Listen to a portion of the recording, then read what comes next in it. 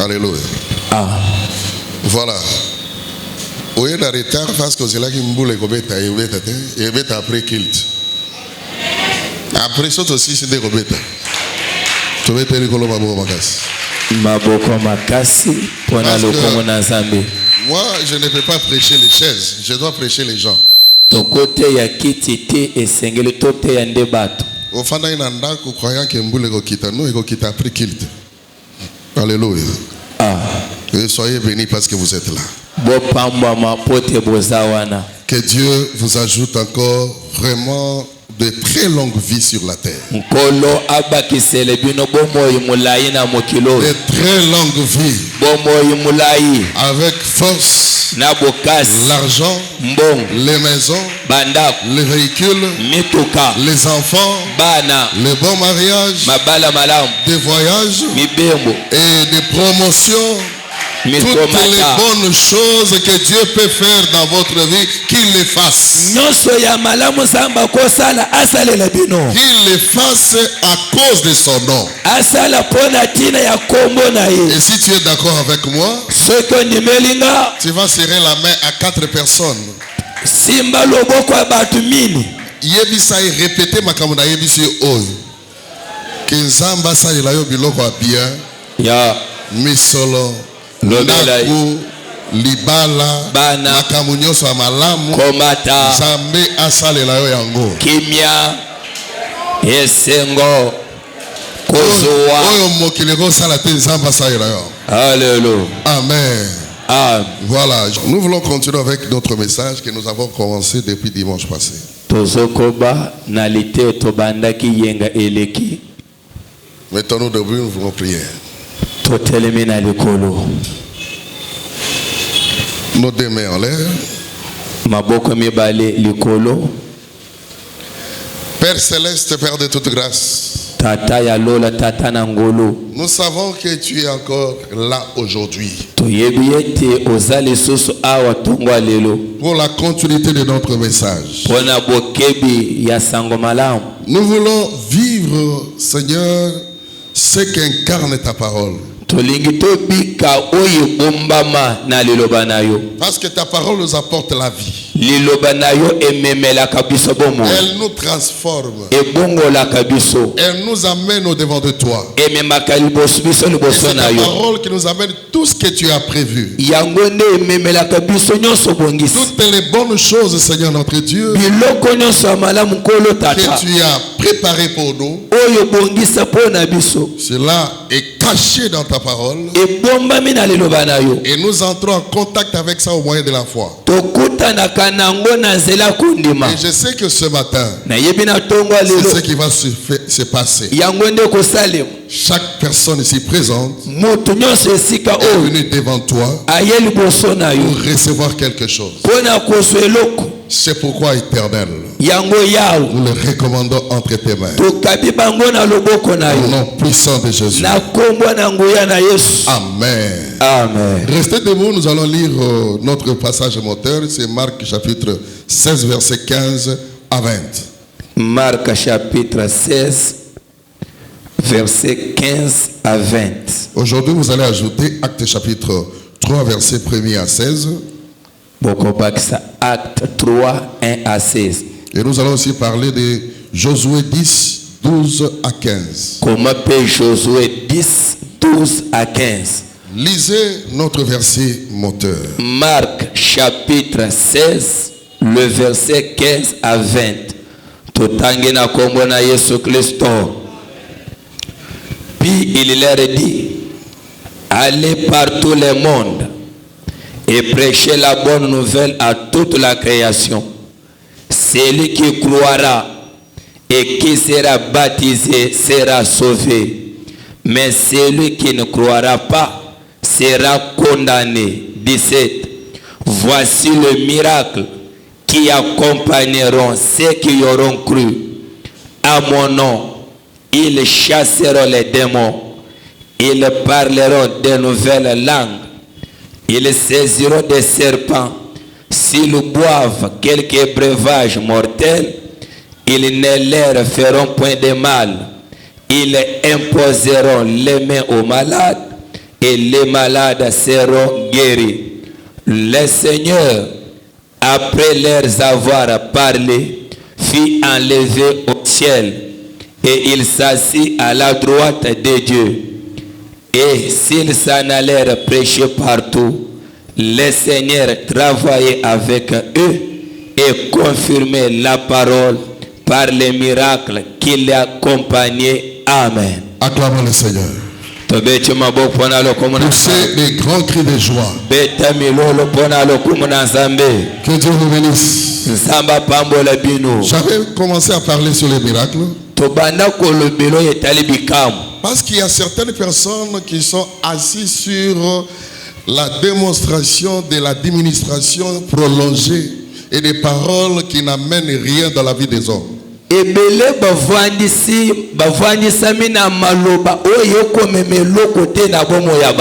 Ils sont assis sur les palabres, les organisations humaines.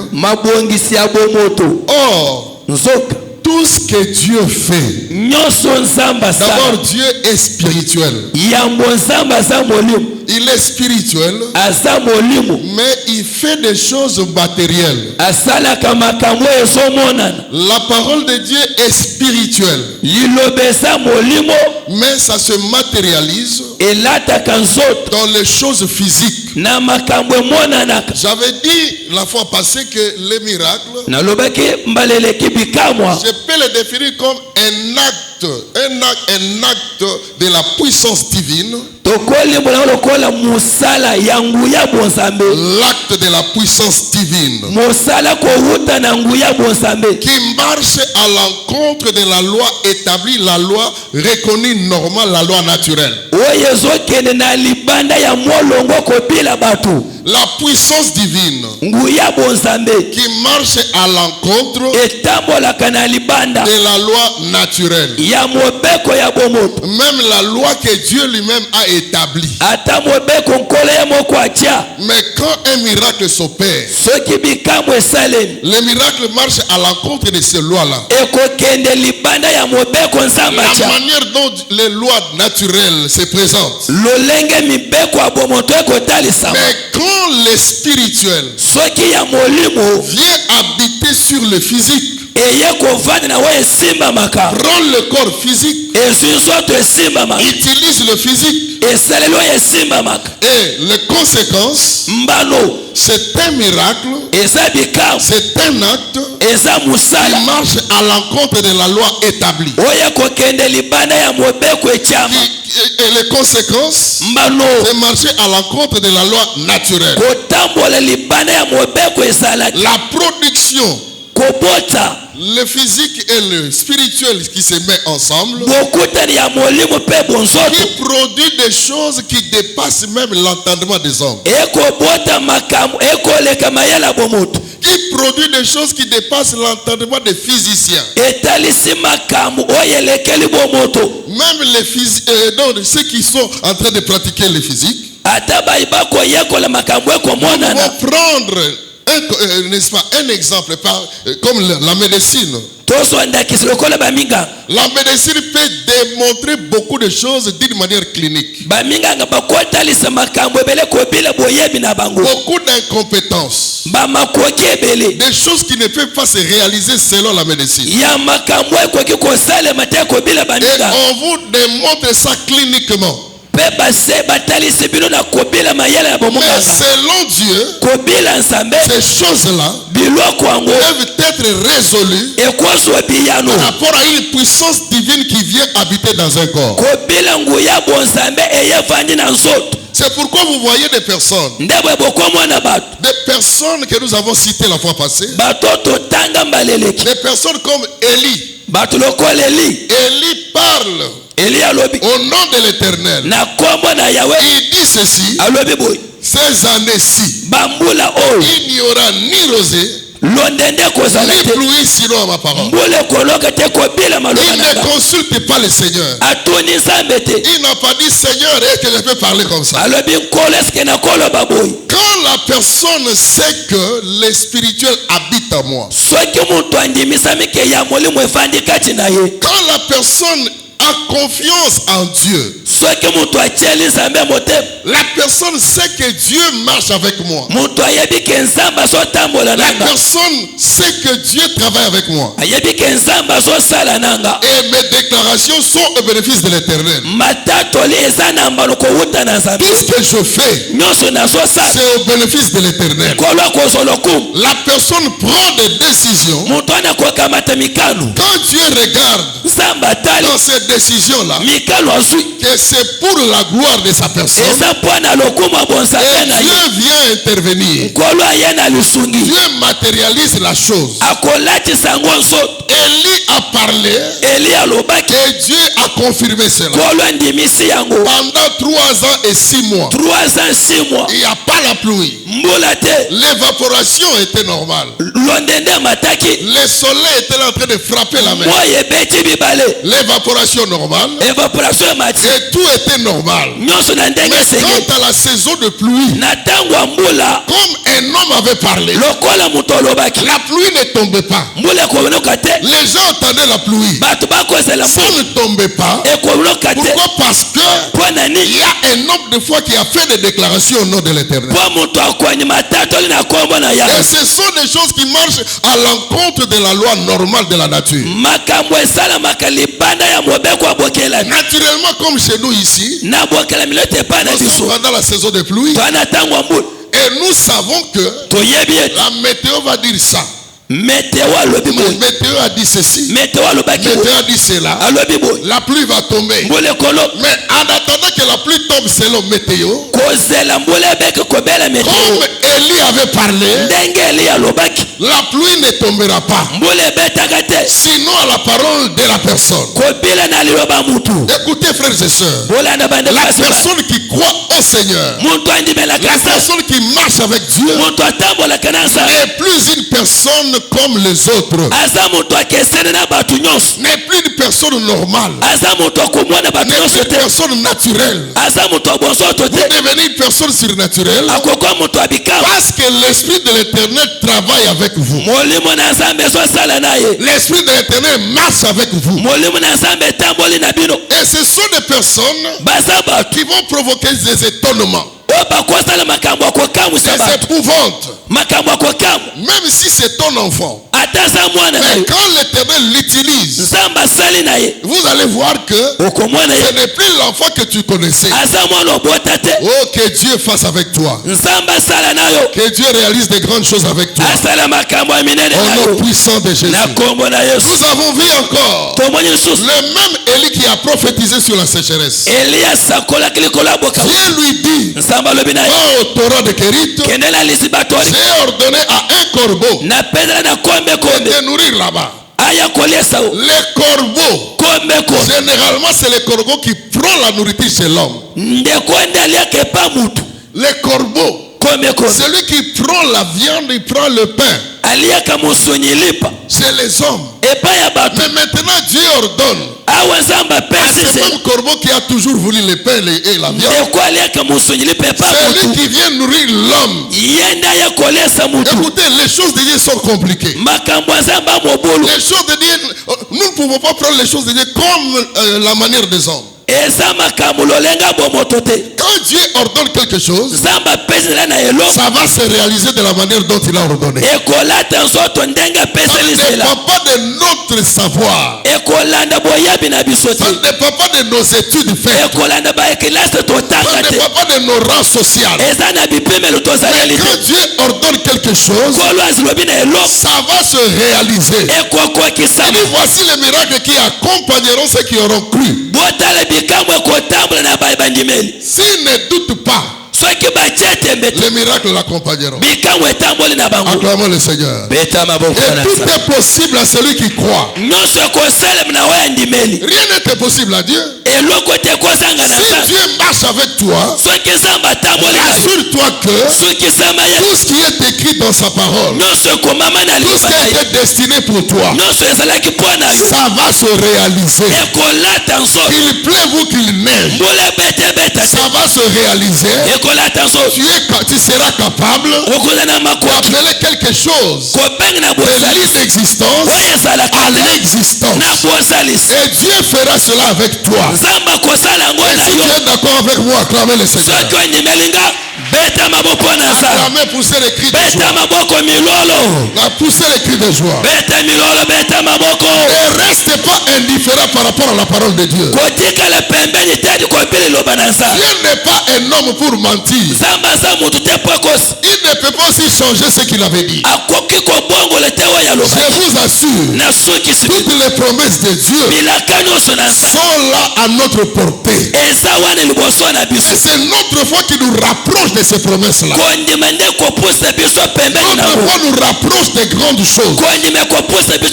Si vous croyez que Dieu est capable de faire les grandes choses, il le fera. Et si tu crois des petites choses, tu vivras aussi des petites choses. Est-ce qu'il y a quelqu'un qui croit à des grandes choses ici? Est-ce qu'il y a quelqu'un qui croit à des grandes révélations? Quelqu'un qui croit à des grandes élévations ici? Et si tu crois à cela, mets-toi debout, acclamer le Seigneur. Si tu crois à des grandes révélations, acclamez le Seigneur. Parce que Dieu est là.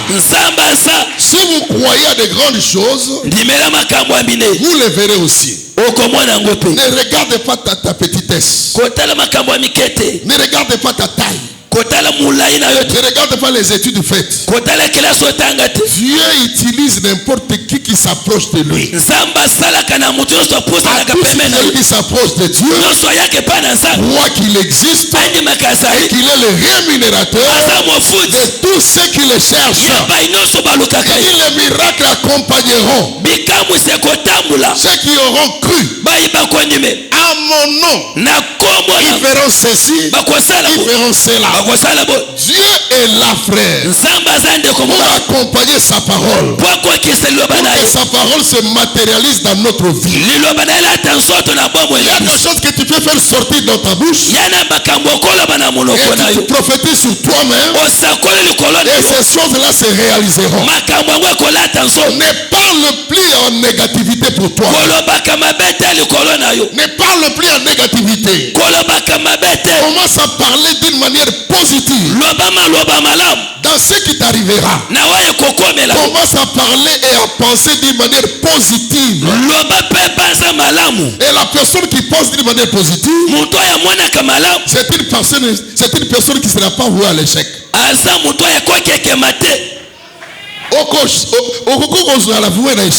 Alléluia. Les combats peuvent s'ériger. Les choses peuvent se compliquer. Mais quand tu penses positivement avec le Seigneur, ça va se normaliser. Ça va se normaliser. Et je dis à quelqu'un ce matin, même tout ce que les médecins t'ont dit, ne pense pas à ça d'une manière négative. Regarde la positivité et ça va se réaliser. Si tu crois au Seigneur, tu vas marcher à l'encontre de la loi de la nature, à l'encontre de la loi normale. Oh, gloire soit rendue au Seigneur.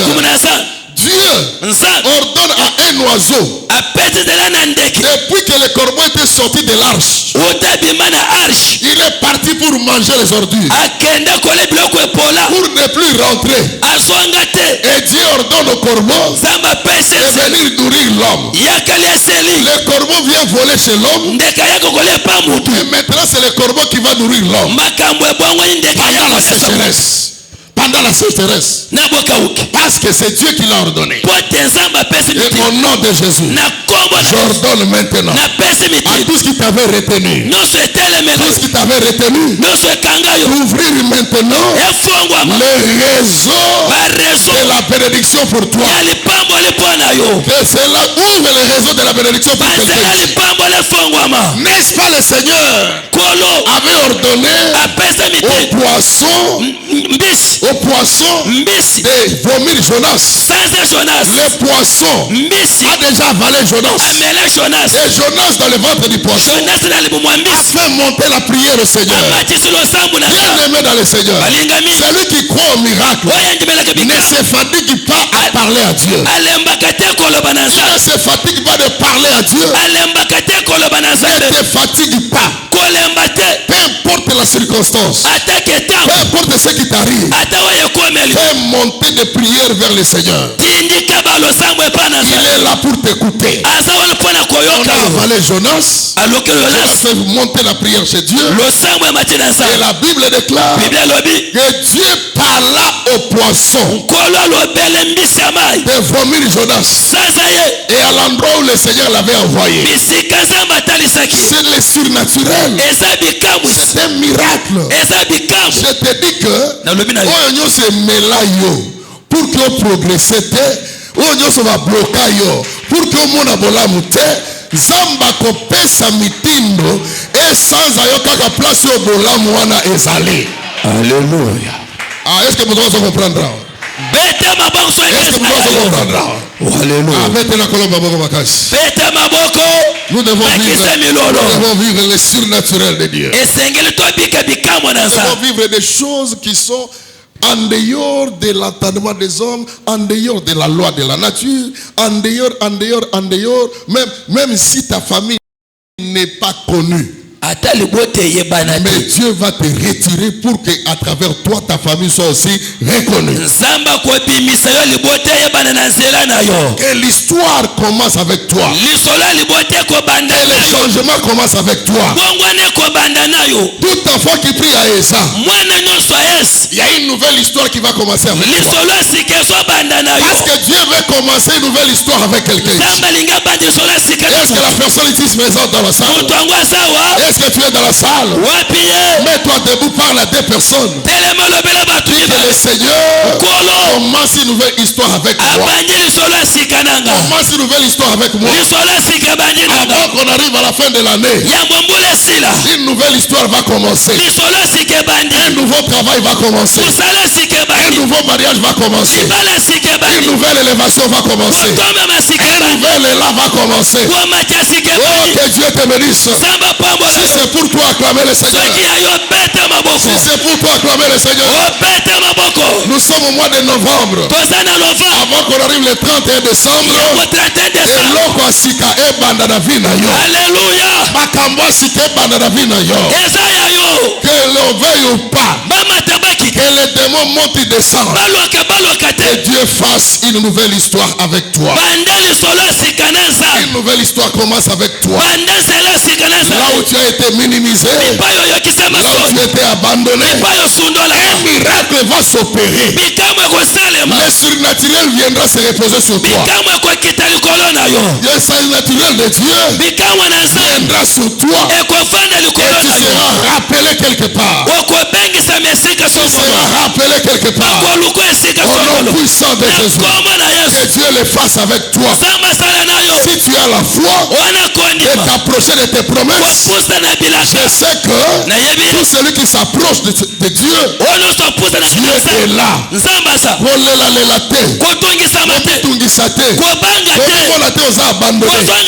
il y a quelqu'un qui est en train de plaider pour toi.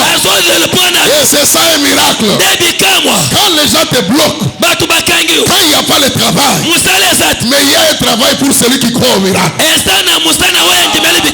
Celui qui croit au miracle, il y a un travail pour lui. Oh, soit rendu au Seigneur. Quand notre fille, Sarah Moutedi, Sarah Moutedi est venue me dire que non, papa n'a pas voyagé. Visa n'a pas ici bimi. Tous autres là-bas organisation Salema. Nakati alibota. Moi non afana wana. Mais l'autre soloba à Canada. Depuis vendredi, à vol à Canada, à Kotanga. Bien aimé dans le Seigneur. À Canada, aux États-Unis, donc États-Unis mobimba, Europe mobimba, Australie, Océanie, Afrique, Nyosoyo, et Abiloko Nzamba qui est dans l'Iloba. Yes. Alors, Moutou attend l'Iloba Nzamba, Nzamba comme Mano peut visiter un modèle wana. Quand tu as la foi d'arriver là-bas, Dieu le fera. Dieu le fera. Quand tu as la foi et devenir quelque chose, Dieu t'amènera là-bas. Ça dépend du niveau de la foi que tu as. Ça dépend du niveau de la confiance que tu mets au Seigneur. Ça dépend du niveau de la consécration à Dieu. Sarah Moutedi. Azaki protocole la biswa. Azangate. Agoyoka toli. Mwana moko boebi caractère naï.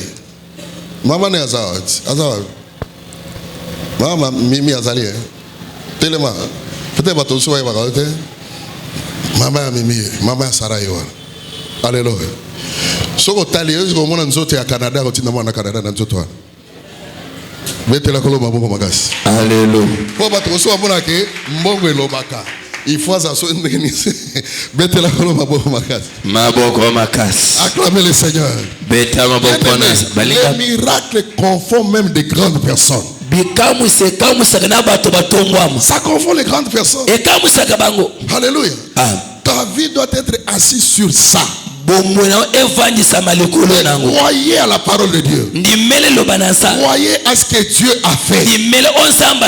Croyez. Aujourd'hui Sarah est partie. Demain ça sera toi. Demain ça sera toi. Au nom de Jésus. Nous sommes dans un projet à voyage. Il y a quelqu'un qui tanga. Zamba fungule ba porte. Alléluia. Vous allez. Est-ce que vous allez? Mais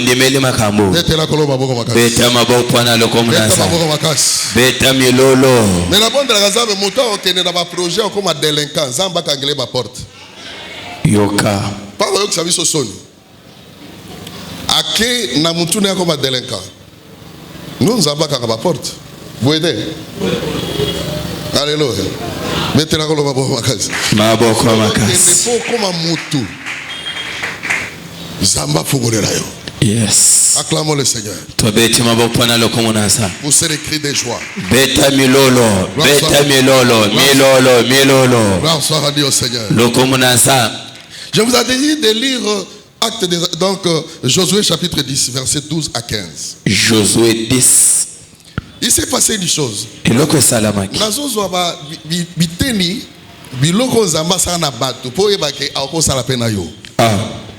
Les temps des miracles ne sont pas encore passés. Et s'il y a noté, les canaux notés, ils ont d'actualité. Alléluia. Parce que notre Dieu est d'actualité.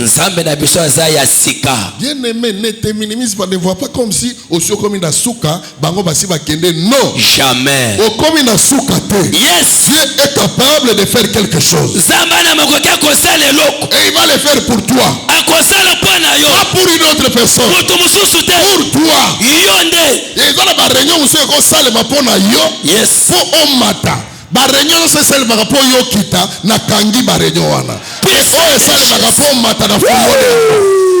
Ah, est-ce que vous t'avez allé à voir? Alléluia. Mettez la colombe à Makas. Maboko Makas. La réunion c'est celle ma po yo mata na fungoli yango.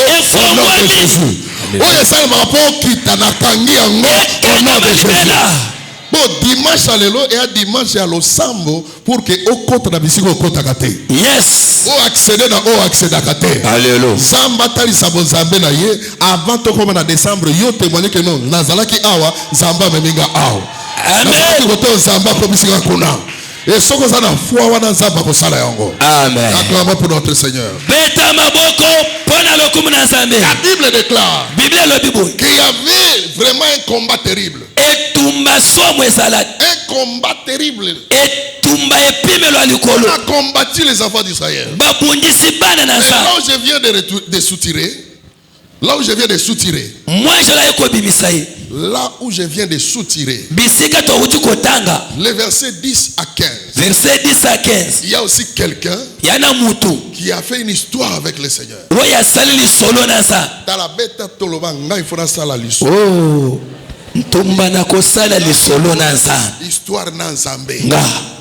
na kosala makambo na nzambe. Loba nga na kosala makambo na nzambe. Nga na kosala makambo ya minene na nzambe. Na kotika batrase na mokili. Na kotika bilembo. Akolobela na mokili. Batrase kotika la. Alléluia. Soki batali bazokanisa yo. Yes. Soki batali bazako se souvenir na yo. Alléluia. Koleka inaperçu te. Boye. Yebisa muninga koleka inaperçu te. Koleka lokole milinga te tika bilembo. Yebisa etika bilembo. Tika bilembo na mokilo. Inaperçu te. Boye. Parce que zamba za munene. Yes. Zamba za bala. Alléluia. Zamba za elonga. Alléluia. Zamba na biso akolinga te toleka inaperçu. Jamais. Tokotika bilembo na mokilo. Sinon koyeba na tate. Yo leka inaperçu nzambe liloba na ye ozanango. So leka inaperçu ndene. Alléluia. Parce que mutu azana na nzambe azalaka au-delà. Azalaka au-dessus. Yaba makambo susu. Makambo na ke au-delà yaba makambo mususu. Azala mutu moko compliqué, mutu moko comprendre te. O comme sujet à dissertation pour la bateau mususu. Bako comprendre yote. O comme sujet à dissertation pour la bateau mususu. Mama na ko disserter sur ta vie, sur ton parcours. Azala kandenge nini? Azala kandenge nini? Comme bongo. Bazo yo comme un exemple. Yes. Acclamons le Seigneur. Beta maboko. Pona lo kumunasa. C'est comme ça avec le Seigneur. Ndebo enankolo. Que les gens viennent se ressourcer vers toi. Batu bayaka kotoke pana yo. Batala nzambe wana salaka na saka na yo ndenge nini. Yes. Quand bazela yo kufa, moi kufa ezati. Okobika. Ozobika ka ozokoma. Alléluia. Quand bazela yo bebo za la freiner, ozo la freiner te. Mais batu bazokomi ça la dissertation sur yo. Alléluia. Kota la âge da yo te, mais tala nzambo ya bengi yo. Alléluia. Tala nzambo yebani na ye. Merci. On a yebani na mutu te tout ça non, tala nzambe oyo ayebani na yo. Merci. Dieu peut te faire ancrer même dans un local oyo otale dans liboso te na sima et yebani te et ko banandenge nini. Mais kola wiko kene ko kotisa yo apike na kati esika wana. Alonio wana avandisi yo lelo zala wana vandisa mawana ofandi pe moto pe ko pikolo azati ko bundisa yo moyen ba pikola yo ezati. Yes.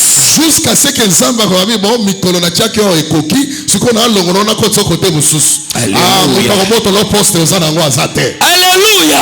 Poste ozana ngo mutako boto la yo azate. Soit ko mata babega yo côté mususu o eleki côté yo zali. Est-ce que ça amen? Amen. Nada babi so amen. Amen.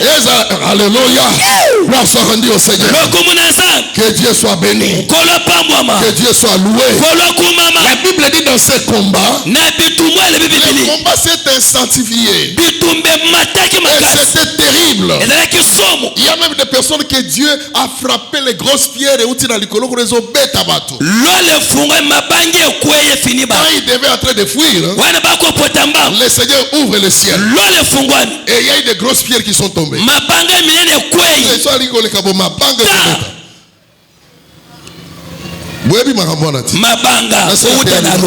Mais ce que je voulais vous dire maintenant, les versets 12 à 15, la Bible dit, ce jour-là, Josué, fils de Nun, il a parlé au soleil. Il a parlé au soleil. Il dit soleil, arrête-toi ces Gabaon. Il a parlé et le soleil a écouté. Le soleil a écouté, le soleil s'est arrêté. Et comme le soleil s'est arrêté, la lune aussi a suspendu sa course. Parce qu'il travaille en synergie. Il a bloqué la parole de Josué, a bloqué la synergie. Le soleil s'est arrêté et la lune a suspendu sa course. Presque une journée, presque 24 heures. Même les hommes de science qui nous ont enseigné, un jour, je me souviens de nos professeurs qui ont flashé quelque chose pour dire qu'il y a aussi un retard presque de un jour par rapport à la marche normale du soleil. Et quand j'ai lu la Bible, je me suis retrouvé là où Josué avait parlé. Il a dit que les hommes de science avaient constaté qu'il y a un retard de 24 heures. Le soleil s'est mobilisé parce qu'un homme a parlé. Un homme qui est habité par l'esprit surnaturel, il a parlé et la nature a entendu. La nature a écouté. Le soleil s'est arrêté. La lune s'est arrêtée aussi. Jusqu'à ce qu'il termine le combat. Frères et sœurs dans le Seigneur, dans nos familles, dans nos maisons, dans notre église, nous sommes capables d'arrêter certaines choses qui sont en train de nous tourmenter. N'ayez pas peur. Mets-toi debout. Tu dis à partir d'aujourd'hui, je suis serviteur de Dieu. Je suis un enfant de Dieu. Je suis servant de Dieu. À partir d'aujourd'hui, j'arrête telle chose. Sinon ma parole, ça ne peut pas aussi passer. Frères et sœurs dans le Seigneur, n'ayez pas peur. N'ayez pas peur. Et ne doutez pas. Tout ce qui sortira de ta bouche, le Seigneur l'accompagnera. Le Seigneur l'accompagnera et il va le matérialiser. Que les démons le veuillent ou pas. Aujourd'hui vous avez donné la force aux sorciers, aux marabouts, aux magiciens. Ne leur donnez pas la force. Ils ne sont pas forts. Même Lucifer n'est pas fort. Parce que nous avons la parole créatrice. La parole qui a créé les cieux, la terre et tout ce qui s'y trouve. Lui, les sorciers, les magiciens, les marabouts, ils utilisent les arbres qui sont sortis de la parole. La mer qui est sortie de la parole. Les vents sortis de la parole. Tout ce qu'ils utilisent, ils n'ont pas créé. Mais nous utilisons la parole qui a créé tout. Alors celui qui utilise la parole doit avoir la puissance, doit avoir la plénipotence de la puissance de Dieu. C'est-à-dire que tel que je suis là, je suis revêtu de la puissance plénipotentielle de l'éternel. Partout je vais me retrouver, je vais commander et les choses se réaliseront. Je vais commander les choses se réaliseront. N'est-ce pas, on était avec vous ici sous des tentes. Il n'y avait pas de toilettes. Il n'y avait rien. Mais par notre force, par la force de l'évangile, et par notre foi en Dieu, vous et moi, ce que nous avons voulu est en train de se réaliser. Et nous arriverons jusqu'à la fin. Et je vous assure, toute personne qui a contribué dans cet édifice, qui continuera aussi à contribuer, il verra la grandeur de Dieu. Il verra le miracle de Dieu. Il verra la prospérité. Et Dieu ajoutera même la vie, la longévité à certaines personnes ici. Ceux qui voient comme ce sont des sketchs de cinéma, ils vont nous voir comment nous allons décoller. Sketch lokola cinéma lokola eloko ya pamba bakomona biso ndenge toko décoller, ndenge toko kende, ndenge toko mata, ndenge toko pambolama, ndenge toko fungwama. Bango bakotikala baza ko observer, baza ko tala. Les gens de peu de foi, ils seront là en train de nous observer. Et tous ceux qui se donnent pour la transformation de cet endroit, je vous assure, à moins que Nzamba Benganga Nzamba Benganga nous sommes mis pessi pour la transformation ici jusqu'à ce que Kosila Nzamba Kosopa ma bénédiction Pambola Bandege na ndege akosopa yango na ndege na ndege ekozobana komona yango surtout soki tosisika kokule dal oyo au nom de Jésus soki kaka dal oyo tokule yango pan ete tokomi na sous ombre ya bambuna na banini bokomona bokosoma kala mofanzi.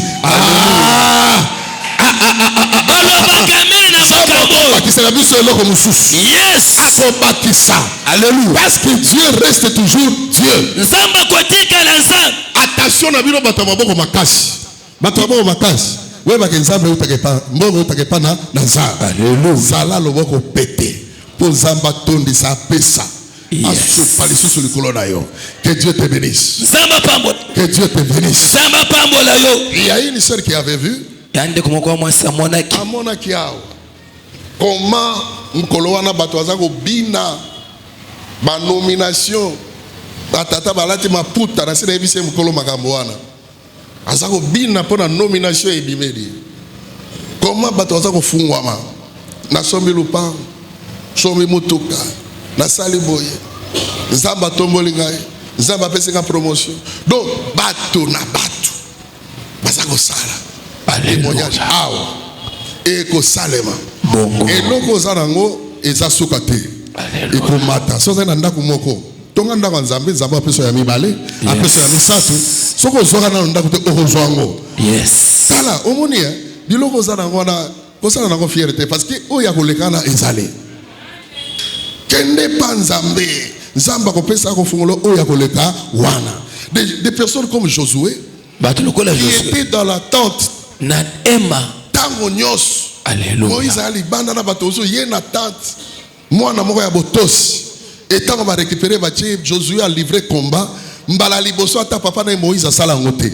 Alléluia. Bible lobi ke mbala liboso koloba modelo na pour que zamba yoka mungongo pe lola endima et puis moi etelema sans apetelema. Alléluia. Parce qu'il y a des choses que zamba ko sala kaka nayo. Yes. Parce que na bonde la kanzambe ke makambo susu ko sala kana batute sala kana nangai naza na ba particularité betela kolo maboko makasi maboko makasi parce qu'il est le Dieu de particularité azanzama makambo abokesi nzamba sa mususu kaka nayo. Yes. Soko ba luke logo ni nzamba sa na logo boye batala kaka yo.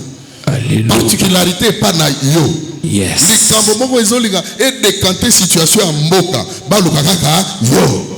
Et décanter situation ya côté salakana baluka kaka yo. Acclamons le Seigneur. Beta maboko na nzambe. Alléluia. Et dans le livre des Actes des Apôtres, la Bible déclare que Pierre et Jean, nous allons chuter par là, nous allons passer à la prière. Parce que nous parlons des miracles. Nous devons vivre ça. Des surnaturels. Alléluia. Yes. Bikamwa. Alléluia.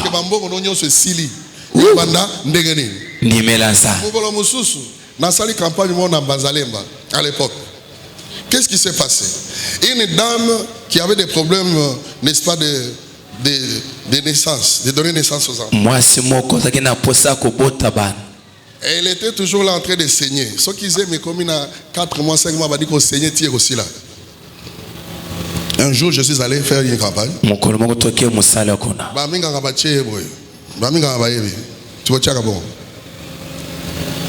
Parce qu'il y a un saigné, tout ça, c'est monsieur comme ceux qui 4 mois, 5 mois, tant que comme on fait le mois. J'étais en train de prêcher. C'est qu'au deuxième jour, il s'est passé que maman a n'attend yoki sango ya musala wana non non, il faut na kene kuna za kombo la tanda côté. Parce qu'elle dit que non, il faut pas battre la yé baza ko encadrer. Sinon pas écouter.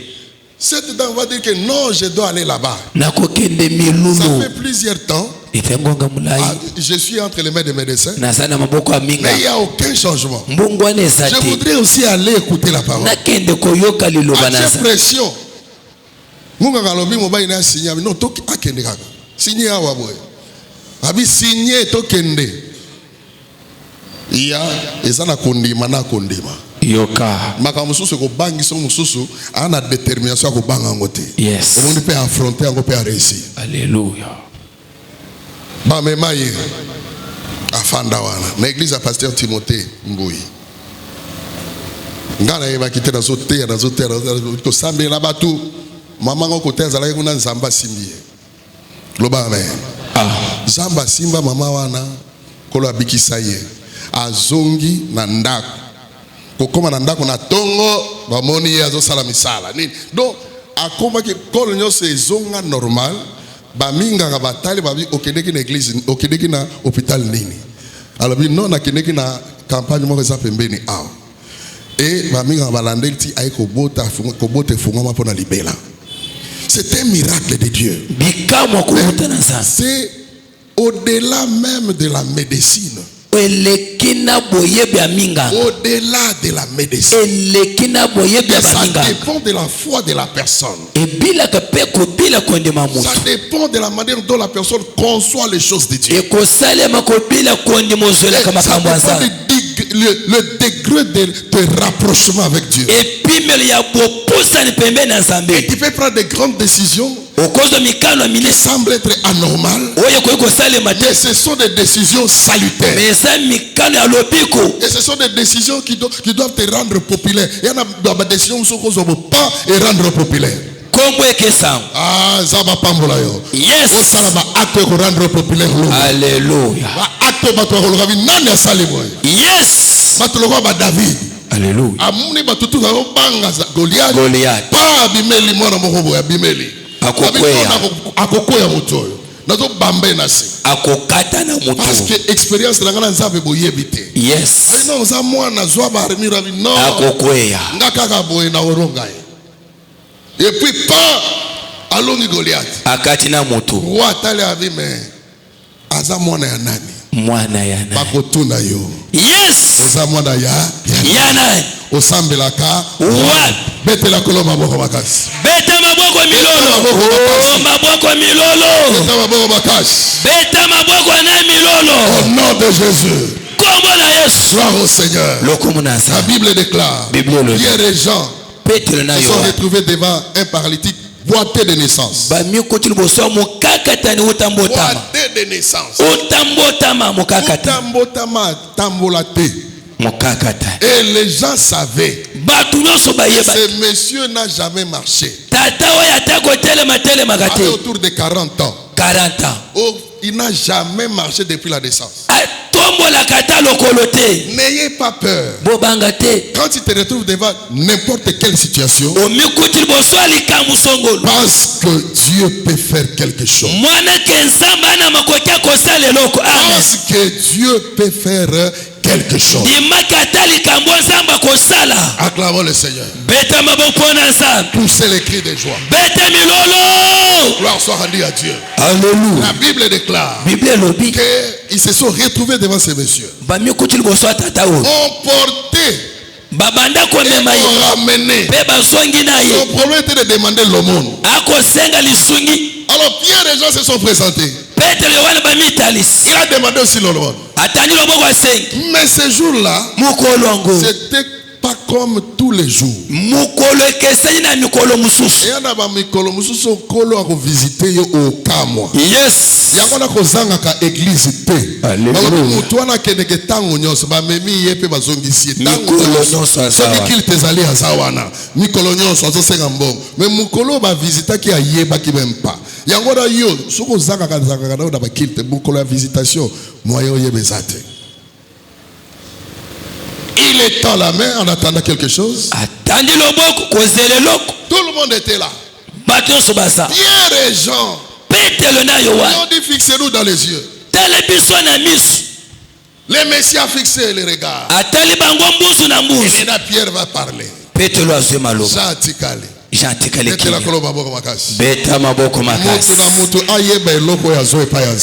Yes. Ozwa nini pa yankolo po osangaje na makambo nzambe. Alléluia. Ko copier ya mutu te. Ko mekola te. Ko mekola te. Ko pekola te. Ko jalouser pe mutu te. Salela oyo zwa. Oyo zwa eza nini? Salela yango. Nde ko sangaje nango, nde ko créer miracle. Alléluia. Mutu bususu akozwa miracle na losango. Yes. Mutu bususu akozwa miracle na kopesi. Alléluia. Mutu bususu akozwa miracle kana maloba zolo makaba bien eko elati. Mutu bususu akozwa miracle na ye na mutu ayebana. Alléluia. Ma connaissance kaka. ko créer connaissance bikama no pays. Ko yeba ko protéger baninga bikama no pays. Bato moso baza ko lambela kaka musée biloko kolia. Mais tant qu'on a pouvoir à nommer bango. Betela ko loba boko makasi. Maboko makasi. Kaka ko lambo. Betela ko sa. Maintenant Pierre va regarder. Il va s'engager. Il voit que Jean avait reçu autre chose. Il a ignoré qu'ils étaient avec Jean. Quand il leur avait dit, regardez-nous dans les yeux, c'était les deux personnes. Mais maintenant Pierre s'engage. Il oublie que Jean est là. Jean va attendre l'Apocalypse. Alléluia. Mais maintenant, face à cette histoire, Lingenda pesa me pa irangai. Lingenda. Ça c'est la révélation. Le miracle maintenant, c'est moi. Regardez-nous dans les yeux. Je n'ai ni argent, je n'ai ni or, mais ce que j'ai, c'est-à-dire que le Seigneur m'avait dit, voici les miracles qui accompagneront ceux qui auront cru à mon nom. Bien-aimé dans le Seigneur, notre bien-aimé Pierre s'est rappelé de ce que Jésus avait dit. Il dit, celui qui croira en moi verra le miracle que vous voyez. Il en fera même plus. Il en fera même plus. Oh bien-aimé, si tu crois au Seigneur, tu es attaché à la parole, attaché aux choses de Dieu, tu es obéissant, tu peux construire un temple plus que ce que moi je viens de construire. Tu peux faire ça. L'élève peut dépasser son maître. Il peut faire comme son maître. Il peut le dépasser. Vous ne voyez pas. Même les ministres qui sont ici, ils ont été enseignés par des professeurs. Les professeurs restent professeurs, mais lui devient ministre. C'est l'intelligence du prof qui a fait de lui un ministre. Et ce que je vous donne maintenant, c'est de faire de vous des grandes personnes. Vous pouvez faire de grandes choses plus que ce que je fais. Oh, gloire au Seigneur, gloire au Seigneur. Gloire au Seigneur. Si tu es attaché à moi, tu es obéissant, tu te donnes normalement. Tu fais tout ce que je te dis, ce que tu feras sera plus que ce que je fais. Parce que n'est-ce pas, les disciples peut devenir comme son maître, il peut dépasser aussi son maître. Oh, gloire au Seigneur. Vous ne voyez même pas dans des films, le maître de Jackie Chan n'a jamais livré de combat. Lui, il est derrière, en train de coacher Jackie Chan. Il le coach. Et quand il vient au combat, même si le combat devient trop dur, il pense à ce que le maître lui avait dit. Pour vaincre, pensez à ce que je vous dis. Et vous allez réussir partout où vous passez. Partout vous allez vous retrouver. Vous allez réussir. Au nom de Jésus. Tout celui qui est obéissant. Tout celui qui est obéissant. Réussissez dans ce que vous allez faire. À l'obéissance vaut mieux que le sacrifice. Alléluia. Gloire au Seigneur. Tout prédicateur qui est obéissant peut construire un temple plus que ça. Peut être connu plus que moi. C'est comme ça. Même toi qui es là-bas sur le banc, si tu es obéissant, tu te sacrifies à Dieu, tu crois au Seigneur, tu peux faire de grandes choses et ton nom ira loin. Ton nom ira loin à cause de l'obéissance. Oh, gloire au Seigneur. Gloire soit rendue à Dieu. Pierre se pointe. Il se rappelle de ce que Jésus avait dit. Bien-aimé, devant n'importe quelle circonstance, rappelle-toi de toutes les paroles que le Seigneur a prononcées. Rappelle-toi de ça. Marche avec ça. Cela t'accompagnera partout. Même si tu arrives quelque part, tu travailles avec les occultistes, rappelle-toi que le Seigneur avait dit, là où vous les les balles de vos pieds, je vous les donne en possession. Même si tu es devant les féticheurs, même si tu es devant les magiciens, appelle-toi. Et le Seigneur nous a donné la supériorité sur tout esprit. Dieu avait dit, je vous ai donné le pouvoir de marcher sur toute la puissance de l'ennemi. Aucune puissance ne pourra vous nuire. Même au côté de Baba Illuminati. Oh non, les décideurs du monde. Les décideurs du monde. Ils ne décident pas. Alléluia. Ils ne peuvent pas décider devant les enfants de Dieu. Oh, c'est nous les décideurs du monde. Nous allons provoquer les accidents. Un nombre de fois va arrêter l'accident. Un nombre de fois va arrêter la maladie. Un nombre de fois va arrêter la mort. Un nombre de fois il va débloquer, déboulonner tout ce qu'ils ont vécu. Oh, ils sont des décideurs. On va décider pour la vie sauter. Yes. On va décider pour la gâter. Alléluia. On va ensemble. Décision d'engager sur ta lola. Yes. Lola les ont décidé sur une gâte. Alléluia. On va ensemble. Batu ba magicien ba fani pa ba occultiste ou atali osana raison na bango te mo mona ka mo nzamba sali alongolo ya kotso kuna pa awe me mutu ayende nini ana raison na biso te. Gloire au Seigneur. Gloire au Seigneur. Alléluia. Yes. Alors l'apôtre Pierre va dire, je n'ai ni argent ni or, mais ce que j'ai, je te le donne au nom de Jésus-Christ. Pas n'importe quel Jésus. Pas Jésus de Mbandaka. Pas Jésus de Kinshasa. Pas Jésus de Boma. Au nom de Jésus Christ de Nazareth. Au nom de Jésus-Christ de Nazareth. Lève-toi et marche. Automatiquement, il est tiré par la main. Allez, bien aimé, il faut avoir du courage. Quand tu as la foi va être accompagnée avec le courage, avec la détermination. La foi est à l'intérieur. Le courage, c'est l'homme. C'est l'homme qui s'engage. Il faut avoir le courage. Alléluia. Alors, au nom de Jésus de Nazareth, lève-toi et marche. Assis bien dans le mot. Directement, va dire alléluia. Au nom de Jésus de Nazareth, alléluia. Et à continuer à signer. Parce que bon Zambé fani na kati na ye. Yes. Bien aimé, loboko yo ya basali nzam eko pambola yo eko modiri yo. Jehova. Alléluia. Eko pambola pe ko la kilomba be. Alléluia. Bete la kolomba bo makasi. Maboko makasi. Parce que ça loboko mo e petolami. Alléluia. Zamba pesi asimika po.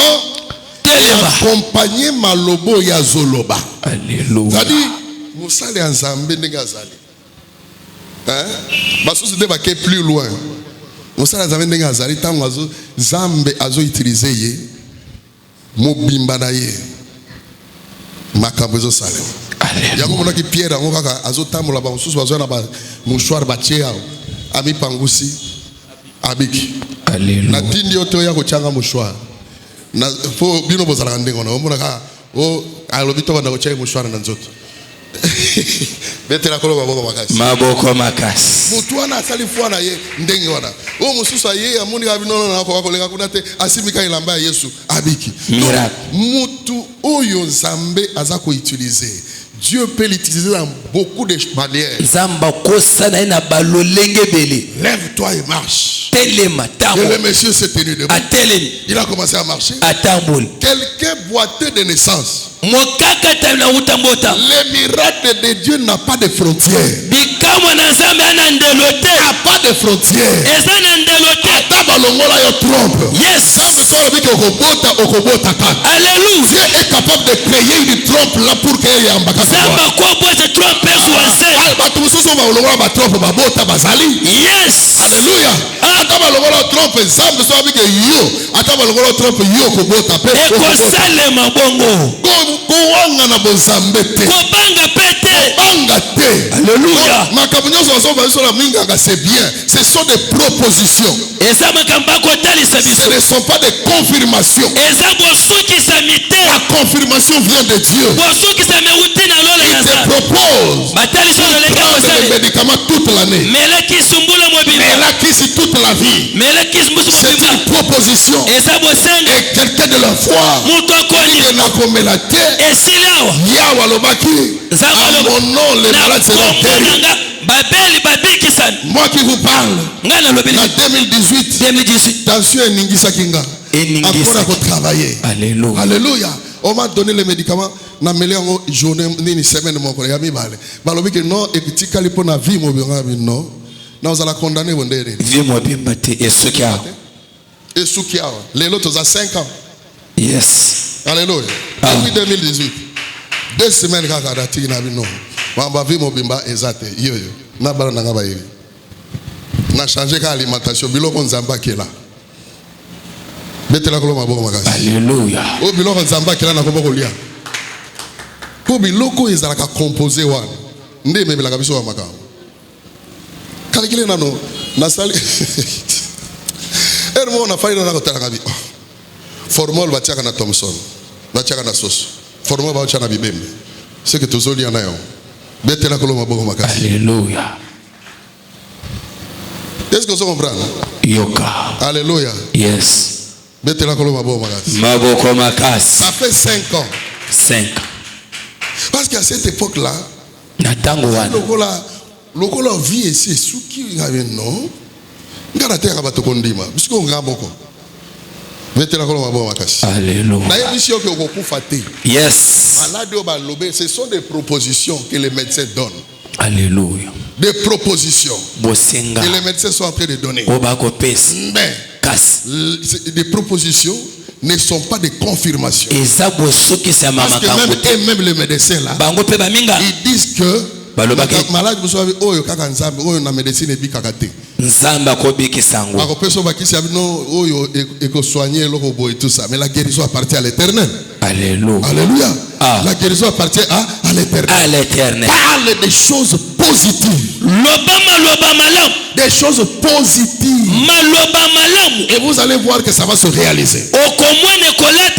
Que Dieu bénisse quelqu'un ici ce matin. Que Dieu bénisse quelqu'un ici ce matin. Que tu puisses vivre le miracle de Dieu. Que Dieu t'enlève là où tu es. Que tu te fasses monter dans les instances supérieures. Dans les instances supérieures. Et cela dans le nom de Jésus. Que Dieu envoie une grâce te localiser là où tu seras. Une grâce va te localiser. Une opportunité va te localiser. Un bienfait va te localiser.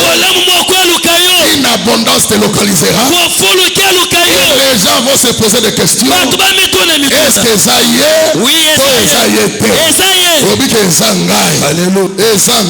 yes. Oh, gloire au Seigneur. Quand le Messie s'est tenu debout, polémique et côté. Parce que un miracle signalé. Alléluia. Yo, au côté andene abi nzamba côté singai. Parce que au banda ko na nzamba côté pour nani. Au bali ndene na nzamba abali singai. O que ne pas nzamba anile dibala ala. Jamais. Moi exaté. Alléluia. Awa l'homme ne donne que ce qu'il a. Moto pesa ko ya sana. Da tata lopa. Yope zaba ko comme ça yo maba lopango. Yes. Soza ki na moko kola ko bakisolo mi bale. Alléluia. Yes. C'est okotonga. Ah, tellement que va na kotonga. Nakotonga. Oh, ngana kotonga. Les 4 personnes moto vi na kotonga mapango na nga. Ngana kotonga. Banda ko ngana kotonga. Nakotonga. Ata oza Salomon lelo. Bisika ya malamu. Okotonga. Na bakomi na mutuya. Ata Salomon lelo kotonga. Nakotonga. Na bakomi na mutuya. Okofanda pena bisika oyo. Yes. Oyo kanaka te. Alléluia. Ata lelo zala netoko ngape na lalaka netoko. bokotonga nalana netoko na mwinda katoditodi na pakajua mais lelo alléluia yes lelo zamba longolanga kuna kobisanga koto da koma est-ce que ça amen nana lo biso amen alors eloko sala nanga ko sala pe na yo yes akotombola yo akopesa yo bato akopesa ticket zamba pesa yo bato na biloko alléluia je reçois est-ce que ça amen amen nana lo biso amen amen ça a créé un polémique mbutu ekoti les Sanhédrins sont venus basandere baye on a commencé à leur parler babanyoloba to pekisa bango baloba lisusu te soko tangi na chapitre 4 wana okiti na verset na se wana na kopesa bino verset o mona que tango ba moni ba menace le ki ebele mobolo to tanga ona botanga na chapitre 4 Acte chapitre 4 verset 29 à 31 29 à 31 na kombo na Yesu Kristo. Et maintenant Seigneur, là c'est la prière qu'il faisait après avoir été menacé. Si mabango kotungisa kaye courant la prière. Akimeli na losam. Voilà. Maintenant, Seigneur, vois leurs menaces. Vois leurs menaces. Bah tu ça l'a bien fait. Parce que bah menacer bango tellement makasi va empêcher bango bolo batete discussion là ti siko ba zongi. Baké na base, loba baké na base. Baké na base. Base na yango. Yes. Awa nde zamba talaka opo afungola yo. Alléluia. Betela kolo maboko makasi. Maboko makasi. Continue. Vois leurs menaces et donne à tes serviteurs. Donne à tes serviteurs d'annoncer ta parole avec une pleine assurance. Avec une pleine assurance. En étendant ta main. Nous annonçons avec assurance, avec certitude. Avec confiance au Seigneur. En étendant ta main. En étendant ta main. Voilà. Pour qu'il se fasse des guérisons. Pour qu'il se fasse des guérisons. Des miracles. Des miracles. Et des prodiges. Et des prodiges. Par le nom de ton saint serviteur Jésus. Ta main, Seigneur. Pour qu'il se fasse des miracles, des guérisons et des prodiges. Ça doit se faire. Un enfant de Dieu doit réclamer cela. Dans sa tête, ça doit tourner. Que je sois victime de miracles, de prodiges et de guérisons. Le miracle, les prodiges, les guérisons doivent me localiser. Continue. 31. Quand ils eurent prié, les lieux où ils étaient assemblés. En étendant ta main, pour qu'ils se fassent des guérisons, voilà, des miracles et des prodiges, par le nom de ton saint serviteur Jésus-Christ. 31. Okay. Quand ils eurent prié, les lieux où ils étaient assemblés trembla. Même les lieux tremblé. Ils furent tous remplis du Saint-Esprit. Et ils annonçaient la parole de Dieu avec assurance. Voilà. La multitude de ceux qui avaient... Ils annonçaient la parole de Dieu avec assurance. Regarde leurs menaces. Ordonne maintenant à tes serviteurs d'annoncer ta parole avec une pleine assurance, avec une pleine certitude. C'est-à-dire quand nous annonçons la parole, toi éternel, tu nous prends en charge pour matérialiser ce que nous allons dire. Quand nous défendons l'évangile, le Seigneur nous assure. Le Seigneur nous prend en charge. Il prend en charge ce que nous sommes en train de dire pour la matérialisation. Oh, gloire au Seigneur. Vous allez vivre le miracle, le prodige, les guérisons Nous allons prier pour ces 3 choses.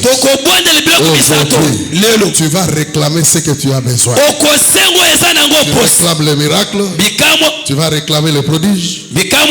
Tu vas réclamer la guérison. Alléluia. Alléluia. Miracle bikamo nanzam. Yes. Prodige makambo minene. Kamuisa. Alléluia. Makambo ya kukamuisa. Yes. Lobiko, la guérison. Lobiko. Alléluia. Nous allons te dire des mots. Acclamons le Seigneur. Beta maboko pona liloba na nzambe. Oba beta ka maboko makasi pona liloba na nzambe. Oba kisana milolo pona liloba na nzambe telema likolo. Bikamu sel lobiko telema likolo. Bien aimé. Balengane. Oui bien. Tango baminga batalanga. Po ba tension marche ka pena ba sucre. Oui ou non? Oui. Et ko mata. Sucre mati tension. Siko yangeza ndene. Et mati. Mais sucre nangaye 97. Et dépasse kuna te. Ce qui dépasse comme ba 5 et ko zonga. Siko moni keza ba maile mabe ya satana. Omoni de maile mabe ya satana. Garabi eza lokuta. Nakolia kaka biloko naturel. Lala pongi, mela mai. Zala na repos. O stabiliser maintenant. Alléluia. Na fandi bunazuba ai na lie ba tomate ya mbuma ya rouge na lie ba concombre na lie. Donc munga moi isanga bomoni biloko zamba kela nyonso ezalaka nutritive pe ezalaka ezobikisa babenga nini nutritive na guérissable ozolia ozotonda pe ezobikisa yango isanga ke liaka biloko nyonso saison nyonso soki eloko ezobima liaka yango ezobikisa pe ozotonda bino ba saison ata yokutu saison ya malale ko bima occupé atate ozana Thomson na kwanga malale sili mangeye abia biloko neza ya bana mike occupé te pasteur keye obiba o biloko ni te na ninga ngote posona kwa pasteur keye yo bayena ba anana arobia esala kamino ngai tika yango. Alléluia. Sokande ezo fandisa yo. Yes. Antikor makasi. Yes. Alléluia. Amen. Melama yo na koka melama ite o. On zoto amuza constitue na un plus grand nombre ya mai. Qu'est-ce combien de litres? Litre munene ba litre belé ya mai. Ceux qui sont 65% dans notre avis ezala mai. Alléluia. Yakondo koma déshydraté. Alléluia. Amen. Maboko makas. Yo hamburger nini tout ça nde yo. Mais kotika pe koliango liana yo. Mais biloko eza naturel. Ndezo peso makasi nazo. Alléluia. Boete pa Piero. Voilà mbelo banjilu. Bamuteta. Metela kolo maboko makasi. Nos, oza naturel, boliaka yango. Omela kamai. Tongo maboko ba lekolo. Toyito sambela. Ata bayemba bikala kasami sili e ya biloko naturel o epesa ka makasi na nzoto. Alléluia. Tokene na mama ngoloso mera na kobela na tambuli ne partout. Donc na bino sikono ina lokelo munga nga mundele. Parce que yo so tungisinga. Tokena na mukole. Tokomi una bato ngako do wasanga nga binazolo ka docteur mo ya mundele.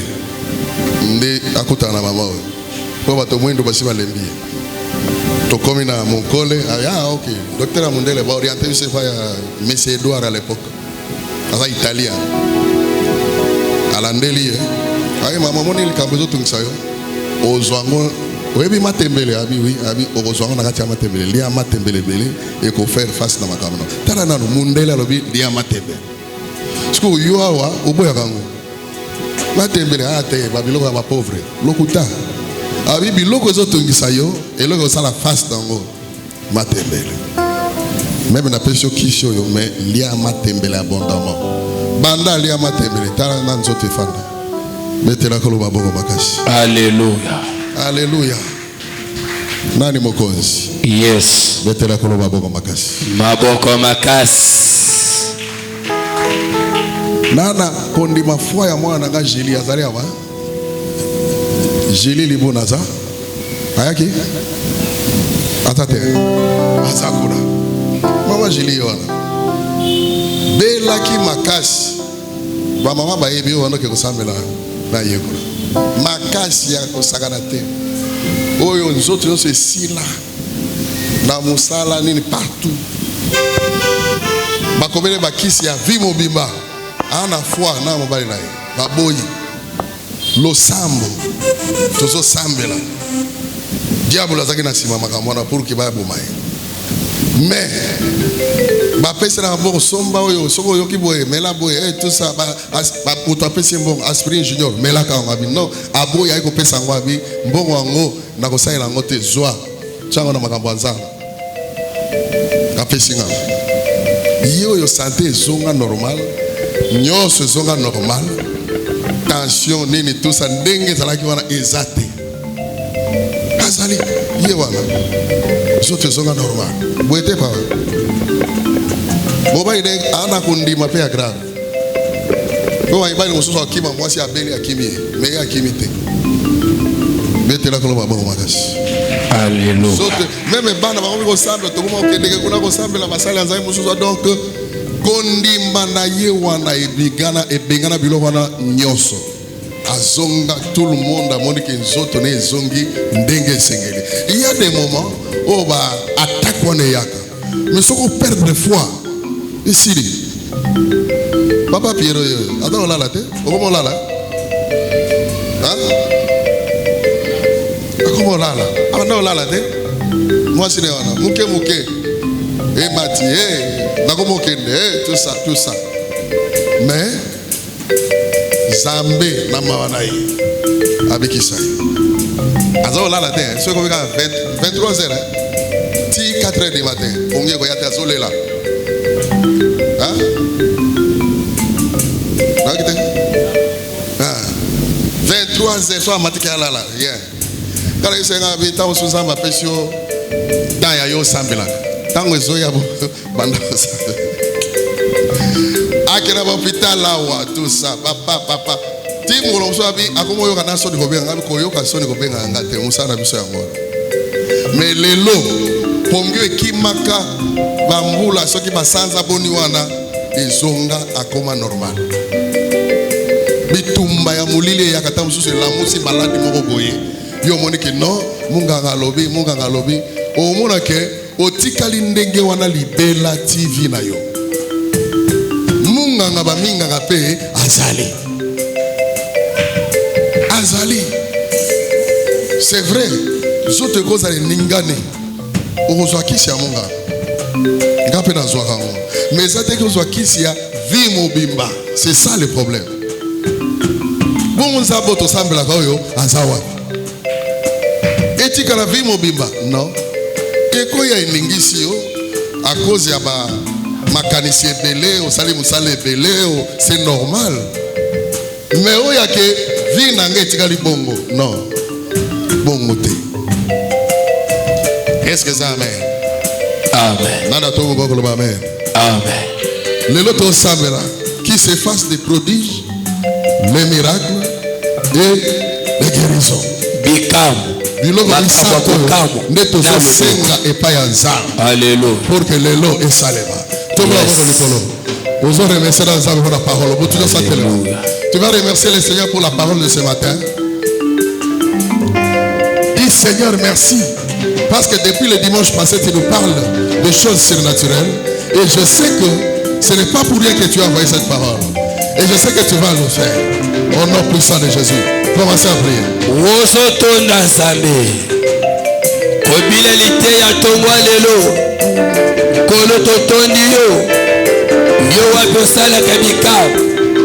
osalaka makambo akokambusa nzambo ya bikisaka tonda nzambe loba maloba tonda nzambe na yo mpona lite ya tongwa lelo prie.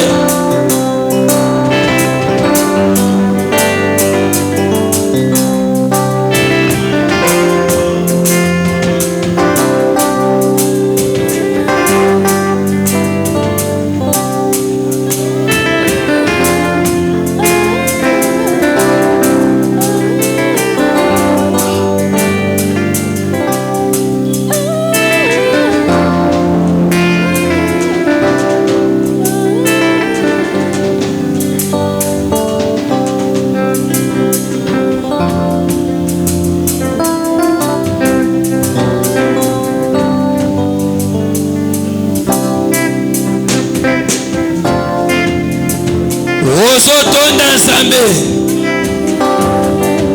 ozokumisa kombo na ye ye wapi atindi liloba ya tongo lelo bondela nzambe prie na kombo na Yesu Kristo. On va chanter la chanson Salelanga Bikamo. Tokoyemba loyembo Salelanga Bikamo. Maintenant en chantant cela, na loyembo wana toi tu vas prier. Commencez à demander à Dieu un signe. Un signe. Un miracle. Une guérison. Et une prodige.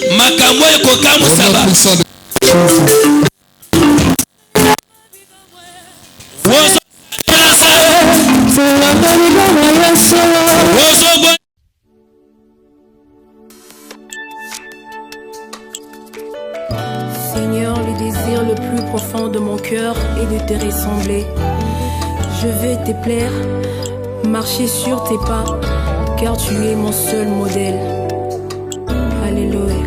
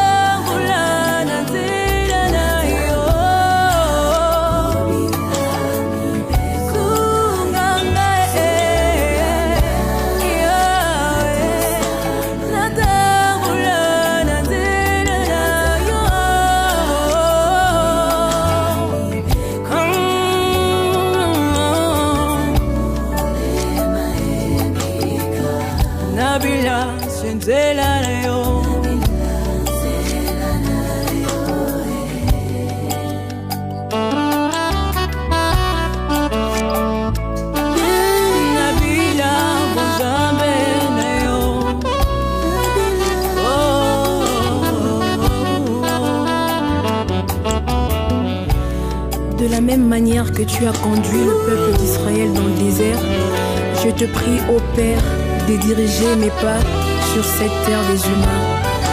Alléluia.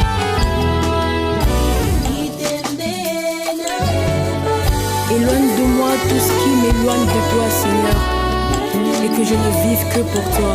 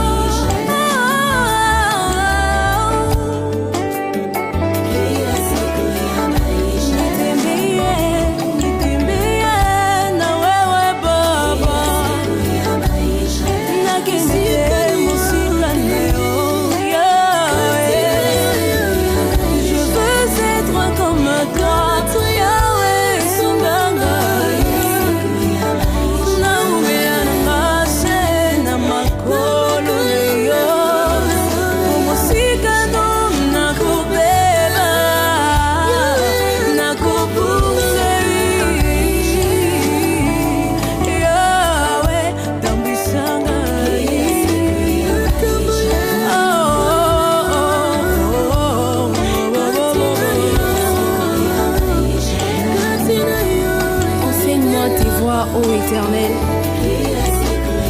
que je marche dans ta fidélité. Dispose mon cœur à la crainte de ton nom et que je te serve toute ma vie.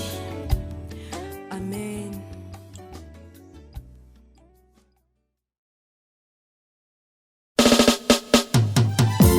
Hey Yahweh, talabayi na ngai, basingeli ngai, ndenge bazali koluka liwa na ngai.